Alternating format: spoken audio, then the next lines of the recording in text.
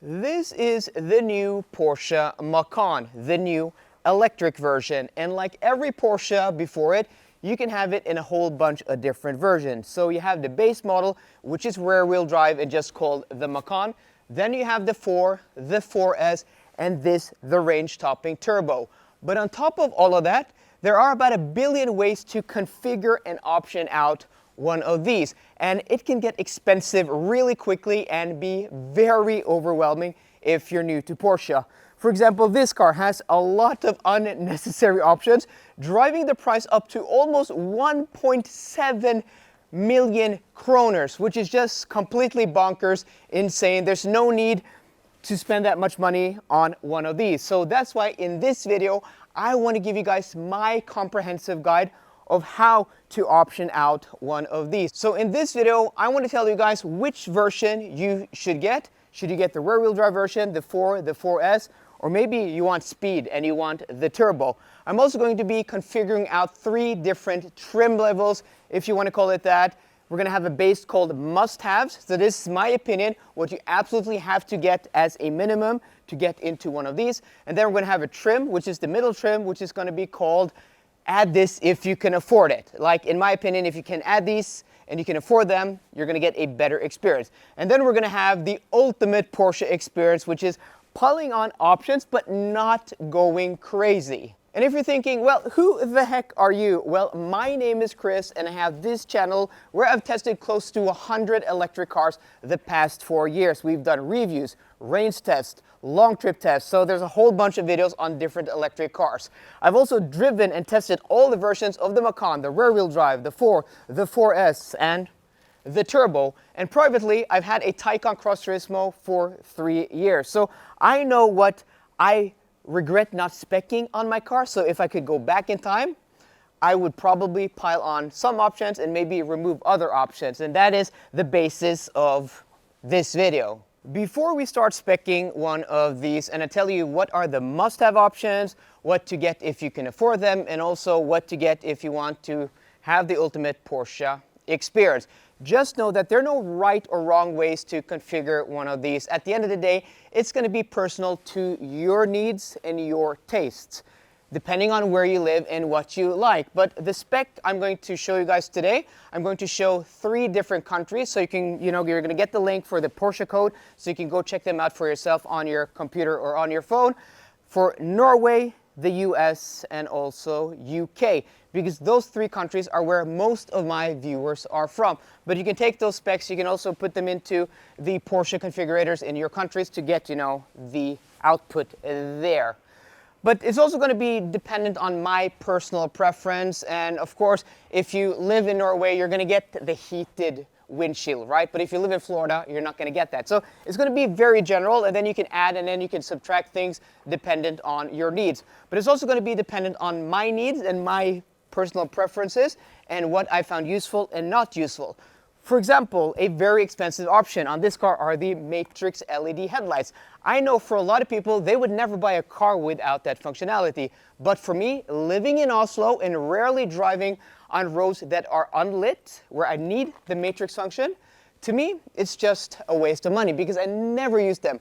On my Taycan Cross Turismo that I had for 3 years, I've never felt like, oh, I should have had Matrix LED headlights here. The same with my Audi e-tron I had before that.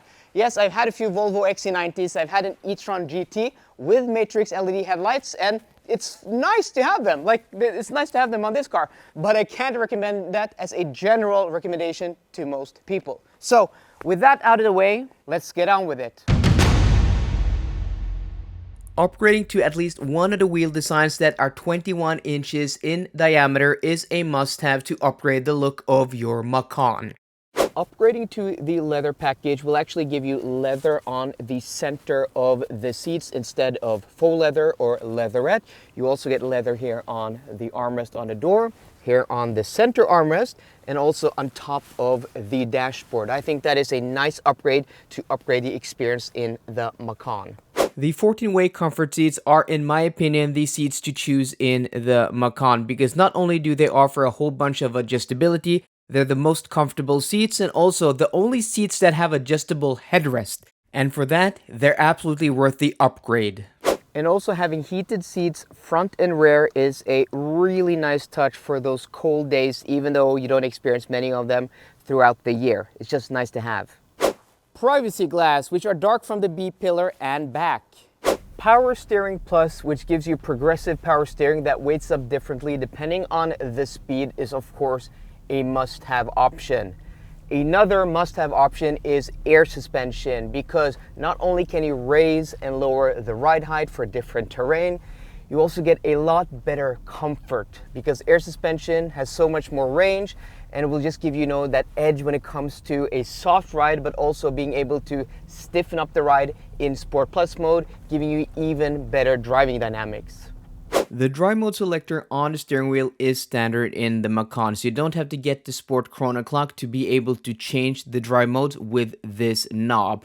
But I think the classic Sport Chrono Clock on the dashboard is still worth the price tag because it just looks so cool. Believe it or not, auto dimming exterior and interior mirrors are actually an optional extra on the Macan, so you have to take that box off. It's just a small detail and doesn't cost much, but getting the Porsche crest on the front headrest, yeah, it just looks great. Behind here on the center spoke, there's a button to activate the heated steering wheel, warming up the rim. I think even in warmer places, those cold days, just having the option to have a heated steering wheel, yeah, that is a really nice touch. For me, not only getting adaptive cruise control is a must, but getting it with the InnoDrive function. And what's important for me is the auto steer functionality, because on the motorway and even on 2-lane highways, I use that function all the time. I know it's 2024, but this is also a Porsche, and as standard, you don't get comfort access or keyless entry. So the access where you have the key in your pocket and you just put your hand behind the door handle and pull, that's not standard. So that is absolutely a must-have option, even though it's basically standard in every other car. But just, not having to press this and this button every time you enter and leave the vehicle, yeah, that's nice. Even if you don't like listening to music or don't care about audio, getting the Bose surround sound system with 14 speakers, including a subwoofer with 710 watts of amplification, is absolutely something that's going to help you sell your vehicle sometime in the future. And it's so much better than the base sound system. So there we go, guys. That is, in my opinion, the must-have configuration for a Porsche Macan, the bare minimum getting one out of the door. And in the US, the price ends at $89,435. In the UK, £81,984. And in Norway, 1,051,139 kroners. And again, I'm going to have all the Porsche codes linked down below. So this is what it would look like, and there's one major difference between these three countries, and that is in the US, the panel roof is standard. In the UK, it's not. And in Norway also, as you guys can see here, it's not. So there are differences in the different specs. But for me, getting the panel roof isn't a must-have option. It is very personal, because if you're the only one who's going to use the car, you're not going to really, have any advantage of it. And if you don't like to open it up in the summer when it's warm outside, then again, it's just a waste of money.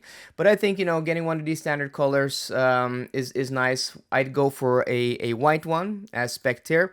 And also, I'd go for the light colored interior. But again, that is personal preference. You could go for black if you want at this price point. You can also go for, or black is a little bit cheaper. It's a little bit cheaper, but you can, there's not much different, $200. Or you could go for the green. I mean, I'd probably go for the light or maybe the red.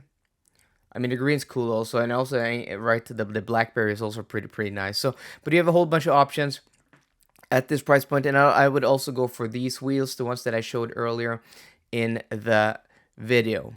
So there we go, guys. Let's jump to the next one, but before I do that, let me know what color combo you would go for in this must-have spec, and also which wheels would you choose. The next upgrade I would add in the next trim level is, of course, changing to a color that's a little bit more personal. I think all of these shades here are pretty nice, like volcanic gray is pretty nice if you live in a place where you have nice weather. Dark colors usually don't go well where you have bad weather, like here in Norway, because they get dirty so quickly. but I would probably personally go for ice gray metallic, which is the same color I had in the Macan 4 I had on loan a few weeks ago. In person, it just pops a lot more than a white flat paint color. 22-inch wheels, especially these RS Spider wheels. Yeah, make this car look awesome. The leather interior also gives you leather on top of the dashboard, on the airbag cover, and also on the armrest of the doors, but also on top of the doors, on this part of the doors, and also on this part of the dashboard, and on the sides of the center console, just giving you a really high sense of luxury, and yeah, just making this interior so nice. And also, rear wheel steer will not only give this car a much shorter wheelbase, making it much more nimble and feel more nimble, it actually makes us feel more responsive off center. So when I drove the Macan last week, the 4, it felt a little bit lumpy and heavy in normal mode. You could feel the weight moving side to side. That is fixed with this car. It may be different tuning, suspension for the turbo than the 4, but I think it's just the fact that this has rear steer.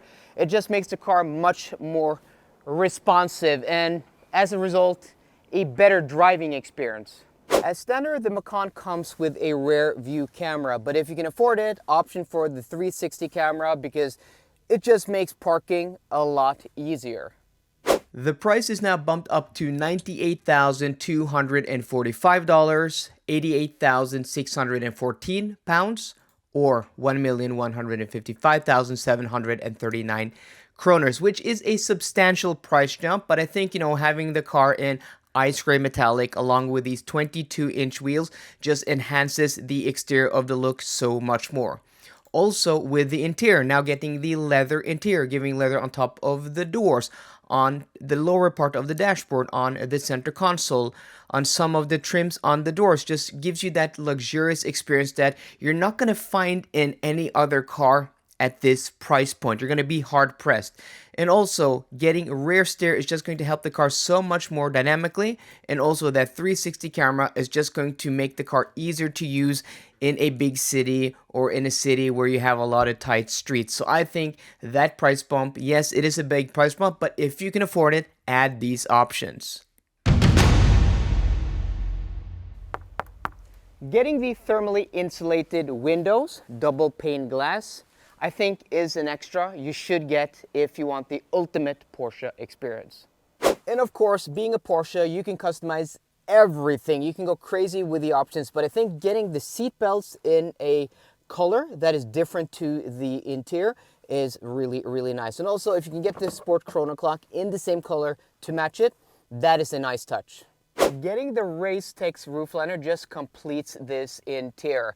It's just really nice and luxurious, and you also get it here on the sun visors. And if you don't get the Race Tex roof liner, this is like a hard touch cheap material. So yeah, it just completes the interior. It's just so nice to look at and to touch. This being the Macan Turbo, as standard, it actually has this aluminum entry plate or kick plate, side plate, whatever you want to call it. But I think to get the ultimate Porsche experience, you should get this illuminated. That is so much cooler. The Burmester sound system, yes, a very expensive option, but if you like music, like me, and you can afford it, get it, because it is very good. Is it worth the price up, like monetarily, comparatively, from the Bose? No. But if you love music, you have to get the top tier sound system. Okay guys, things are getting expensive now. So our US spec car is $107,015. Our UK spec is 93,384,000 pounds. And our Norwegian spec is 1,243,339 kroner. So our US spec car is 17,500 more expensive. Our British spec car is 11,400 pounds more expensive. And our Norwegian spec car is almost 200,000 kroners more expensive. So, I mean, you can get into a nice Macan at our entry-level version. You're still going to get a nice experience. But if you want that ultimate experience, I think getting these options is just going to give you a car that you're just going to be happy with and satisfied with every day, especially if you plan to own your car more than 2 or 3 years. I think getting something like, the Race Tex roof liner is just going to just give you, that ultimate interior experience that you're not going to find in any other car that isn't a lot more expensive. And also, having just, your seat belts and your chrono clock in a different color like the one I spec'd here. Oh, this one is with the blue seat belts or the Arctic blue. I'd probably go the Sport Chrono Clock in the same color here. Maybe go for a crazy, interior option. I mean, there's so many things you could do. Maybe you go for the red one, or maybe not the red one with the blue seat belts. That is insane bonkers. But if you want, you can specify your car just any way you want. And also the Burmester sound system. I mean, it is worth it. You're gonna get more speakers up here, and it just plays so crisp and clear. And these are things that I regret not getting on my personal Porsche Taycan, because I spec'd mine out, with the Bose sound system and not with the Racetex roofliner. It would have cost me more money, but I think, having had my car now for almost 3 years and done 50,000 kilometers, I don't think like in my daily life I would, notice that expenditure anymore. So now for the next one, which version of the Macan should you go for? Now, which version of the Macan should you get? Well, it really depends on where you live, what you want out of your Macan Experience, and also how you're going to use your car. For example, if you live in a warm climate, you don't need all-wheel drive, maybe you live in a big city and you're just using your car to get to and from work, to and from the shops, I'd say get the rear-wheel drive version. You're going to save a lot of money and you're pretty much going to get the same experience as in this turbo, because you're not going to use that performance anywhere. So just save a whole bunch of money. You're going to get the best range. You're still going to get a car that's going to be peppy. 0 to 100 kilometers an hour in 5.7 seconds. It's not slow. But if you can afford it, I would skip the Macan 4 and get into a 4S, because you're going to get so much more performance. It's going to go 0 to 100 kilometers an hour in 4.1 seconds, and it's just going to feel like a fast car. Put the throttle to the pedal now, and let's see what we can do.